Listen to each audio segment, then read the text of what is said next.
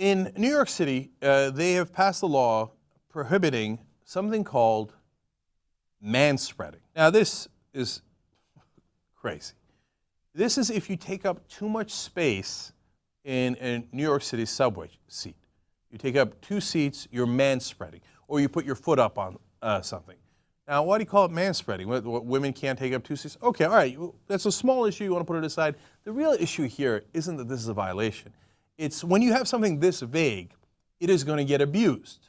It's going to get abused for the advantage of the people who are applying that law, in this case the cops. You're going to see why in a second. And it is going to be used disproportionately against the powerless. When you've got a vague law, you don't go around Beverly Hills arresting everybody who's jaywalking. You do it to minorities. Why do you do it? Oftentimes quotas, as this story explains. First of all, there's, thank God here, people tracking this. In this case, it's the Police Reform Organizing Project. So they go to all these different places and they watch the trials. So they did this in 117 cases, and they were looking in specifically in New York. And here's a report from The Gothamist about that.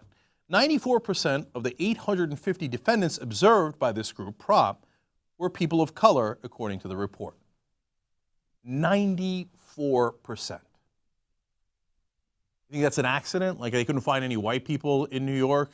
You think they couldn't find Wall Street bankers that were manspreading, taking up too much space in a subway car, they were acting rude in a subway car? By the way, the point of this law is supposed to be if you're interfering with the train running or you're inconveniencing other passengers. You couldn't find any white people inconveniencing passengers, only black people and Latinos.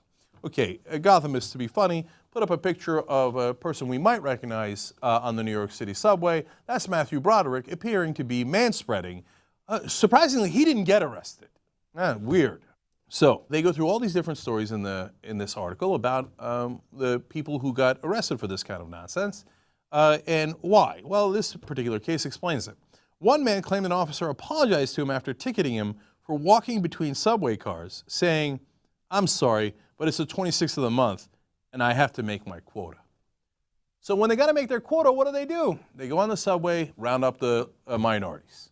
So in one case, the judge dismissed one of the cases. She's like, wait a minute, it's past midnight. You're telling me on this subway train, it was so crowded that the guy spreading out his legs, which is the most subjective thing I've ever heard in my life, was causing such a problem that you had to arrest him for manspreading. And the officers are like, oh yeah, absolutely. She's like, no, that's not true. Obviously they're doing it to make their quota.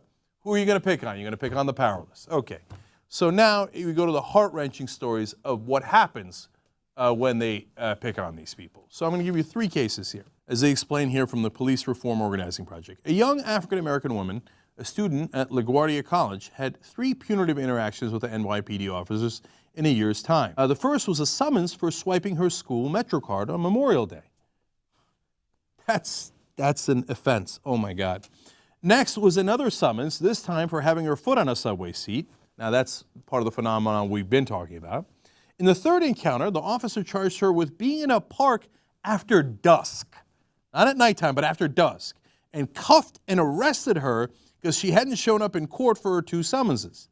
Her failure to appear had resulted in her becoming one of the more than 1 million fugitives from justice who live in New York City, an unfortunate status achieved by not keeping a court date to clear up a ticket for a minor infraction. "I'm a criminal now," she said in a bewildered tone, "even though my friends call me such a good girl." She's going to college.